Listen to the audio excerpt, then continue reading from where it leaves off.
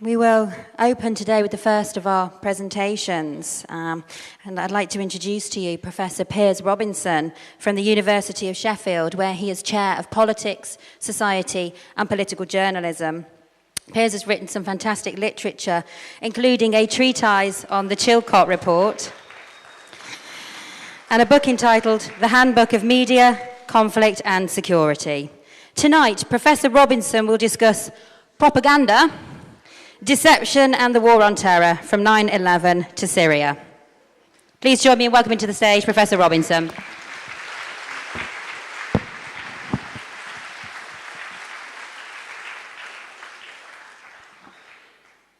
Okay, I'll just check this technology works before I start. There we go. Okay. Welcome to everybody for coming tonight. It's a great honor and a great pleasure to have the opportunity to talk to you all today. My presentation is titled Media Failure, Government Propaganda and the War on Terror from 9/11 to Syria. And what I'm going to try and do over the course of the next 15-20 minutes is to try and give some context for the remaining speakers who come after me. And first of all, I'm going to talk a little bit about academic insights into the reason why media comes to fail or can come to fail to play its democratic role in terms of informing the public about what's going on. And I'm going to talk through some of the key factors which academics identify which act as constraints on the mainstream media. I'm then going to use that to segue into a discussion about propaganda and about the problem of propaganda in contemporary liberal democracies. And part of that will be about trying to talk about sort of exactly what propaganda is, exactly why we in the West seem to have such a limited grasp on the importance of propaganda and the manipulation of information around us, and then use it to also just give you an idea of some of the key propaganda techniques which are used within liberal democracies. And then in the latter part of my presentation, I'm going to talk through recent research findings which I've been publishing in the last couple of years, looking at the Chilcot Report in particular, and looking in particular at the war on terror.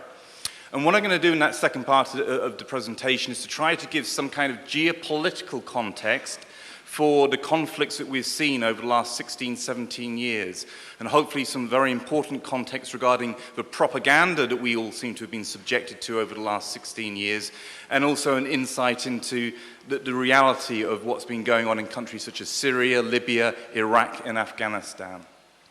So that's what I'll try and do, and I will try as much as I can to keep to time.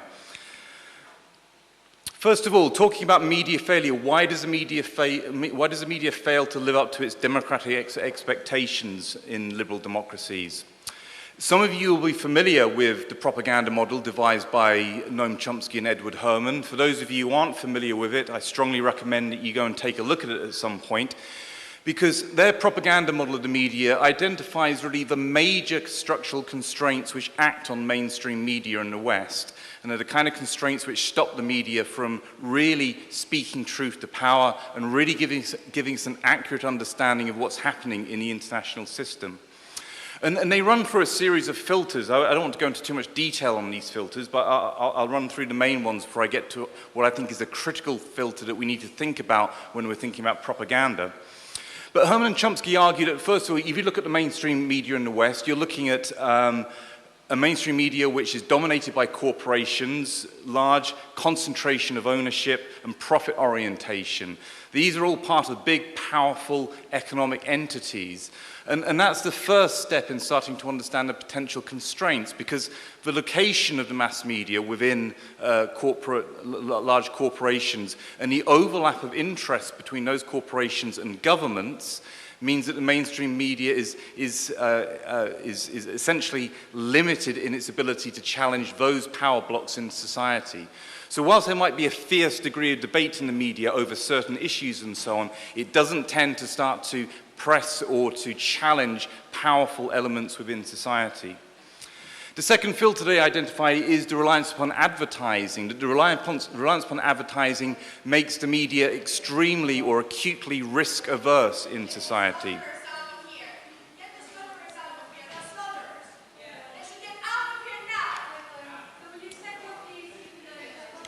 Should I pause for a second? Yeah, just pause for a second, it's fine. Then we'll just carry on. We'll sort this out. Yeah.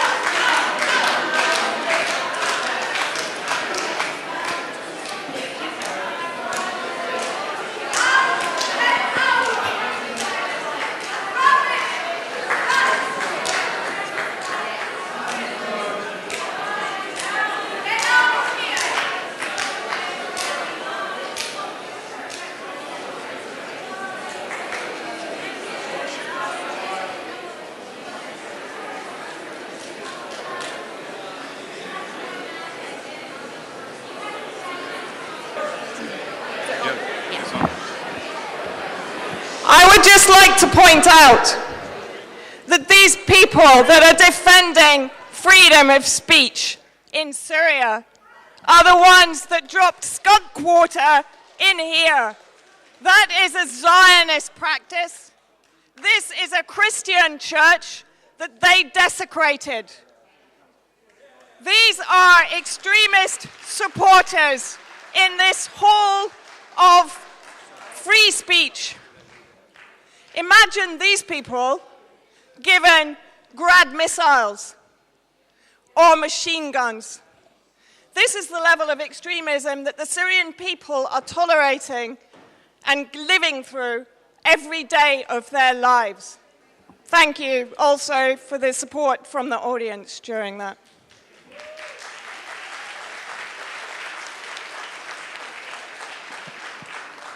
Yeah, thank you very much, guys, for standing up there. Meet Syria Solidarity UK. They've turned up to several events and sabotaged them like this, so we're sorry that's happened. We're now going to continue on with Professor Robinson's fantastic talk. Okay.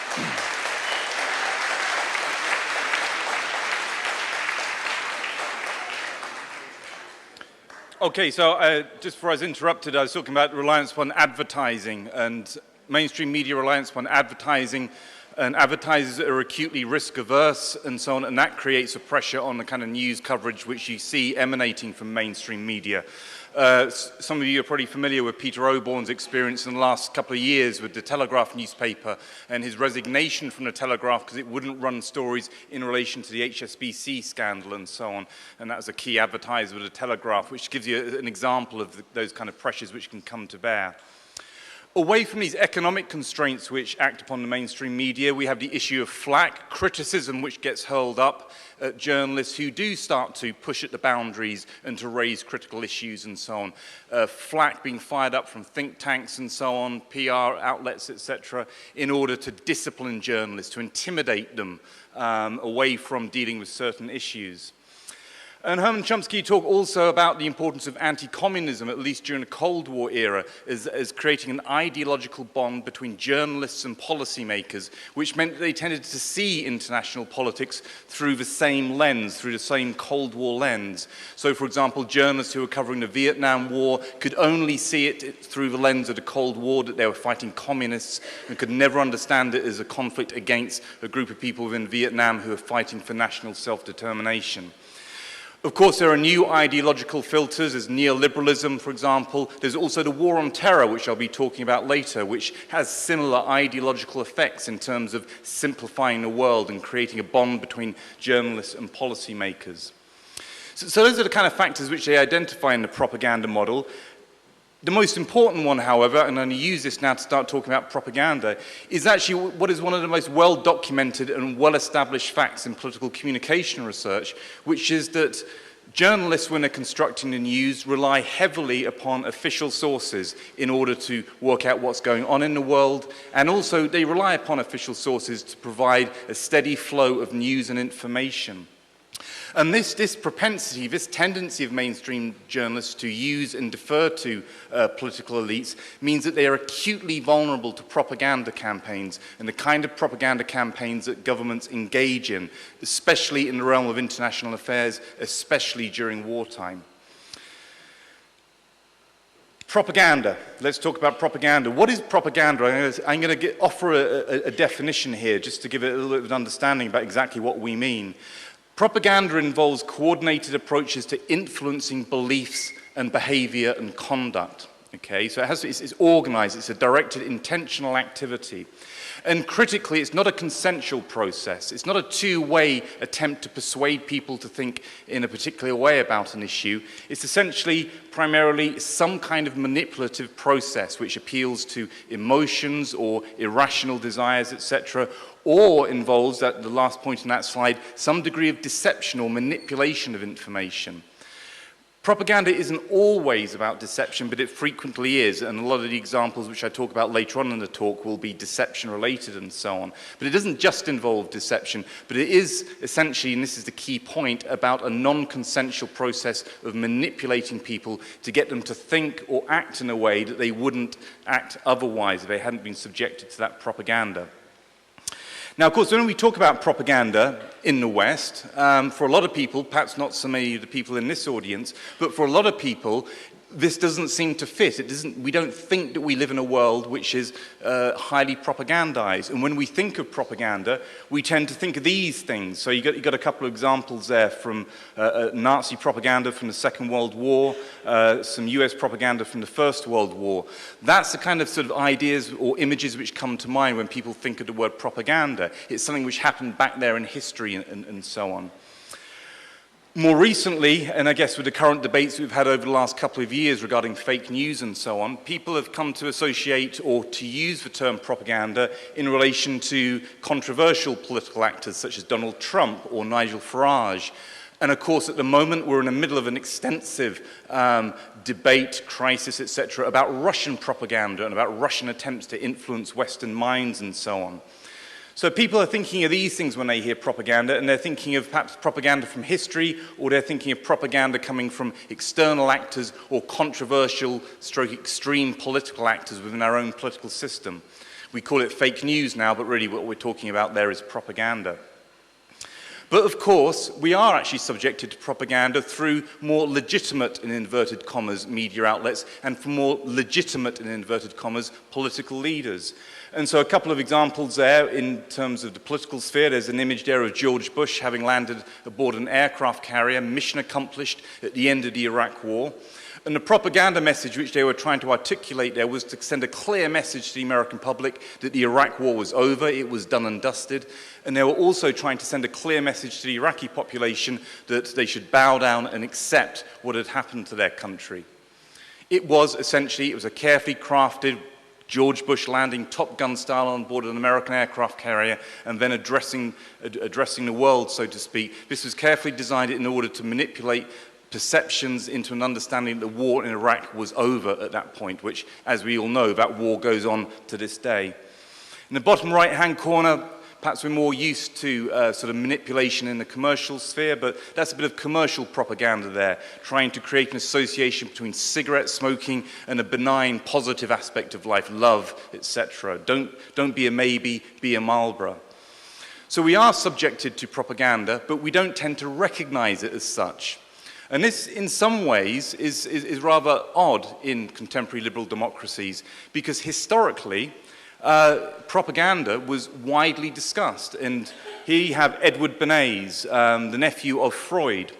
And he was a group of intellectual thinkers from the early part of the 20th century who spoke extensively about the importance of propaganda in order to mobilize and manage populations in a democracy. The conscious manipulation, intelligent manipulation of the organized habits and opinions of the masses is key to democracy.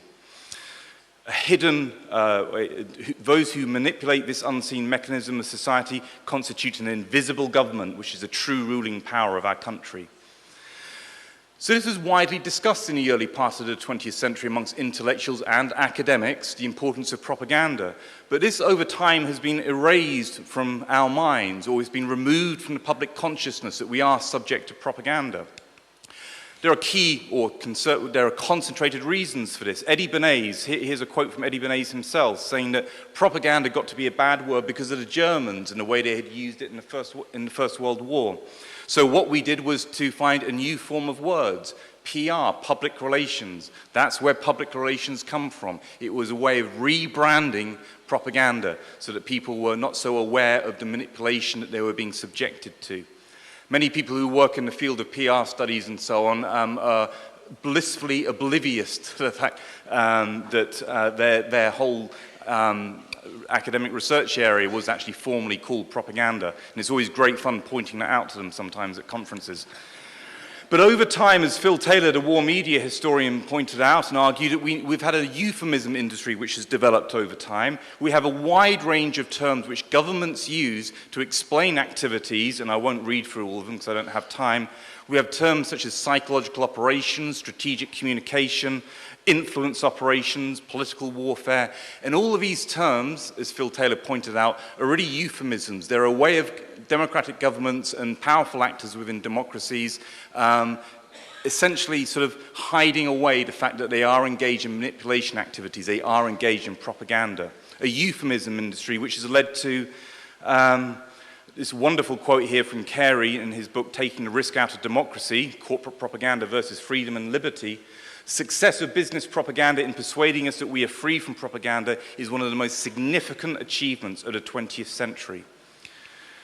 So in a very fundamental way, we have had the idea that we're in a society where we are being manipulated, removed from our consciousness and removed from our minds. Now, I'm going to give just a couple of minutes just to give you a little bit of an insight into the rationale that you come across from various stratas within the political establishment, which explains why they believe that propaganda needs to be used in democracies. And this is John Mearsheimer, who's a leading American IR, international relations theorist. And he wrote a book in 2010, Why Leaders Lie.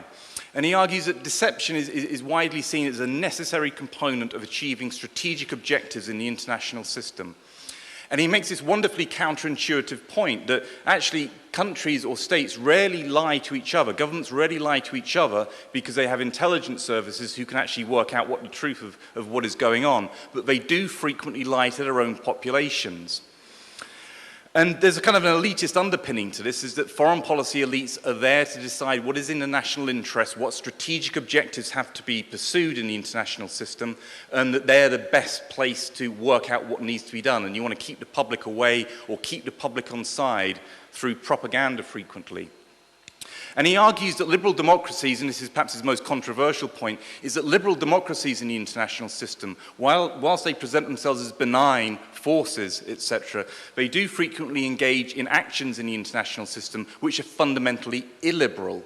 And in order to do that, in order to carry the population with foreign policies which are illiberal and immoral, they will engage in propaganda campaigns to tell positive stories about why they are acting in the international system in the way that they are. Finally there, and I'm slightly conscious of time, we did have an interruption. How am I doing for time? I'm fine, okay, I'm fine. There is an ideological underpinning, and I sometimes think I'm going to ditch this quote for talks and so on, but it's too good a one to avoid. This is Crystal, a neoconservative, talking about truths appropriate for the sophisticated in society and truths appropriate for students and children and sort of lower strata within society. And he says at the end there that sort of the idea in a democracy that all these truths are the same thing is just a lie. It simply doesn't work in a democracy. And what Crystal is really harking back to there is Plato's concept of the noble lie, the idea that there are different stratas in society, and in order to maintain cohesion of society, you do have to engage in systematic propaganda and storytelling to help explain different groups in society why they occupy the positions in society that they do. And these 2 points here, or these 2 slides here, just give you a little bit of an insight into the rationale which underpins the belief in the use of propaganda. This is why we see propaganda being used, because we have people who maintain that position, or from a more practical point of view, people in the foreign policy establishment who just feel that what needs to be done in the international system needs to be sugar-coated for domestic populations. A little bit about propaganda techniques. Lying, people often associate propaganda with lying, the idea of the big lie, the Nazi lie, and so on. But as the German proverb goes, lies have short legs. It tends to be a fairly ineffective way of engaging in propaganda. The political costs associated with being found out in a lie tend to be fatal. So what you tend to find is that in a lot of propaganda activities, you see more subtle forms of manipulation of information, distortion of information, exaggeration, an omission of information. And we saw this very clearly in the run-up to the Iraq War with the debates or the arguments over weapons of mass destruction in Iraq. And essentially what the British government was involved in was cherry-picking evidence, removing inconvenient facts from the intelligence reports, exaggerating aspects of those intelligence reports in order to create a much greater perception of the threat posed by Iraq's alleged WMD. Misdirection is another classic technique, getting people to focus on some other issue to take them away from an issue at home. Russiagate at the moment, and the focus on Russia and Russian propaganda is arguably, and will probably turn out to be, a very major example of misdirection, trying to take political attention away from politics within the West and put all the blame onto Russia and so on. A couple of further things. When people think of propaganda, they tend to think of PR campaigns, they think of deception, they think of manipulation of information. But propaganda also involves incentivization. It also involves coercive processes.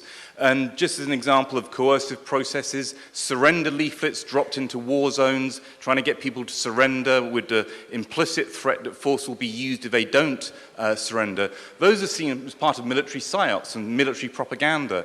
But clearly the coercive meaning of those messages is underpinned by the credible presence of military force and the threat of military force.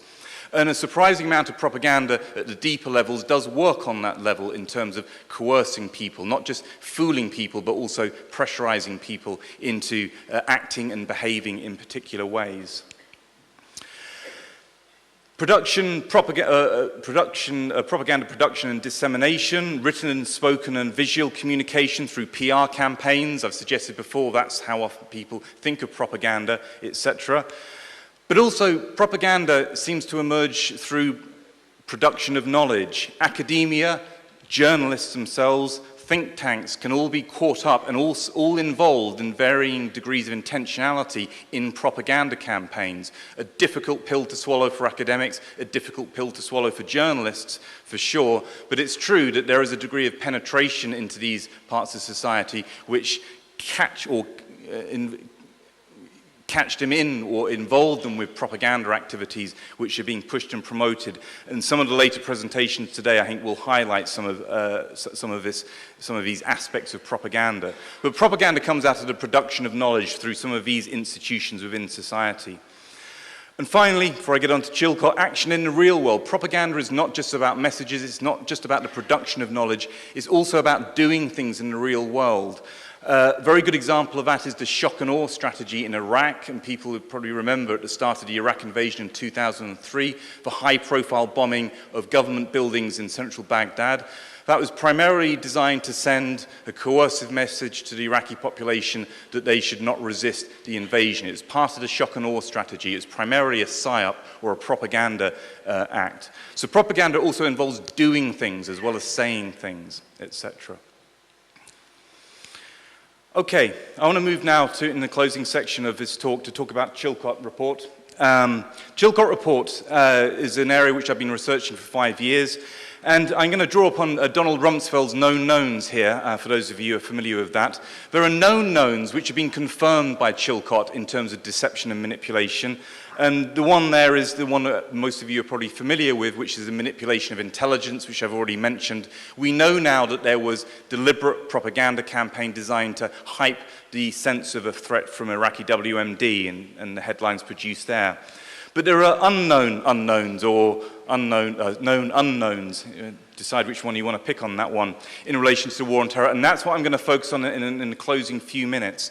The Chilcot Report, and this was really very much missed by the mainstream media, the Chilcot Report gave critical information about the emergence of the war on terror, which gives us a powerful insight into the propaganda campaign and the realities of the war on terror.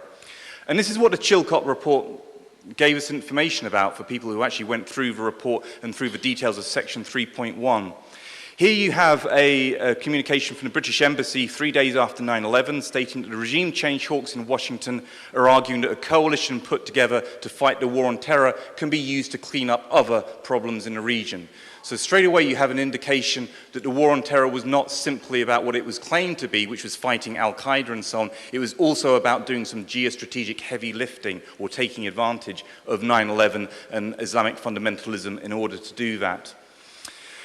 By December 2001, you have documents showing phase 1 and phase 2 of the war on terror being planned, and a list of countries there identified for various degrees of action. Here's a document from Tony Blair to George Bush talking about how they might go about toppling Saddam Hussein without a full-blown invasion. And there's reference there to covert operations, trying to stir up uprisings and then militarily intervening when those uprisings occurred. An indicator there, I think, to the possibility of what we've seen in Syria over the last 6 years. Here you have, and this is more damning, here you have Syria and Iran being discussed with Tony Blair saying to George Bush, if the priority is to take out Saddam, then maybe we should do so with Iran and Syria acquiescing rather than hitting all 3 countries at once. Here you have clear plotting and planning covertly in order to engage in regime change operations in a document from Tony Blair to George Bush. Here you have reference to the propaganda campaign. So politicians don't use propaganda in public, but they do use it in private. And there's reference there by Tony Blair to the need for a tight-knit propaganda campaign.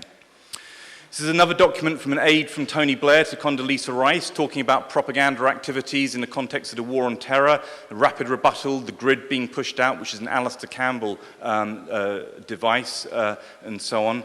And then planning the propaganda campaign, a whole host of activities. For example, humanitarian conference is the first one on the list. And if you look at the first line there, and the terms being used is that this is how to make people in the world think that something good can come from 9/11 and so on. These are all part of the activities to underpin, essentially, an aggressive series of regime change operations. And this confirms, and I'm going to show this clip now, this confirms, essentially, Wesley Clark's claims, which were made in 2006, which I want to play to you. About 10 days after 9/11, I went through the Pentagon and I saw Secretary Rumsfeld and Deputy Secretary Wolfowitz. I went downstairs just to say hello to some of the people on the Joint Staff who had used to work for me, and one of the generals called me and he said, "Sir, you got to come in. You got to come in and talk to me a second." I said, "Well, you're too busy." He said, "No." He says, "We've made the decision. We're going to war with Iraq." This was on or about the 20th of September. I said, "We're going to war with Iraq. Why?" He said, "I don't know." He said, "I guess they don't know what else to do." So I said, "Well, did they find some information connecting Saddam to Al-Qaeda?" He said, No. He says, "There's nothing new that way. They've just made the decision to go to war with Iraq." He said, "I guess it's like we don't know what to do about terrorists, but we've got a good military and we can take down governments." And he said, "I guess if the only tool you have is a hammer, every problem has to look like a nail." So I came back to see him a few weeks later, and by that time we were bombing in Afghanistan. I said, "Are we still going to war with Iraq?" And he said, "Oh, it's worse than that." He said, he reached over on his desk, he picked up a piece of paper, and he said, I just got this down from upstairs," meaning the Secretary of Defense's office today, and he said, "This is a memo that describes how we're going to take out 7 countries in 5 years, starting with Iraq and then Syria, Lebanon, Libya, Somalia, Sudan, and finishing off Iran." Okay. I'm going to run through the next 2 clips. I don't really have time to be talking through these, but just very quickly, Sir Richard Dearlove, if you stop that from playing, yeah. About Saudi Arabia. Sorry. So I'm not going to play this clip, but this is a reference from Sir Richard Dearlove. Take the mic off. There we go. This is a reference from Sir Richard Dearlove a couple of years ago talking about a conversation he had with Prince Bandar prior to 9/11, with Prince Bandar clearly indicating the potential emergence of a major conflict within the Middle East and so on. Don't have time to play that clip, but it's very important that you have someone such as Sir Richard Dearlove, former head of MI6, passing that information out. And it already sort of underpins and reinforces the remainder of the information from Chilcot that there was clearly regime change planning going on immediately after 9/11. Okay. So I'm just going to be just very clear about what we're seeing here in these documents. We're seeing the leaders of 2 democratic countries. We are seeing them plotting to engage in illegal regime change war operations, wars of aggression, and engaging in planning a propaganda campaign to underpin that. Okay. Concluding comments. From what I've been running through today, propaganda clearly is extensive in liberal democracies, and the case of the Iraq War and the war on terror demonstrates that that's the case. It's extensive in liberal democracies, and it's arguable that there is a permanent and significant displacement of reality because of these propaganda campaigns. The war on terror itself is quite clear from Chilcot and from the insights of people such as Wesley Clark, but also Sir Richard Dearlove, is that the war on terror has essentially been a geostrategic agenda probably aimed at influence and resources. It's been coordinated in an alliance with key allies in the Middle East, and it's essentially been involved in doing some heavy lifting in the international system, attacking countries who are opposed to the West, invading those countries, and I don't need to add, in the remainder of the presentations we'll talk about this, causing huge loss of life in countries which have been targeted. My final point, Western exploitation and use of Islamic fundamentalism in order to underpin these regime change operations mean that in a very fundamental sense, the war on terror itself, from its inception right through to today, can be understood essentially as a propaganda campaign which has been designed to mobilize Western publics to support these wars which we've been seeing unfolding for the last 16 years. Thank you.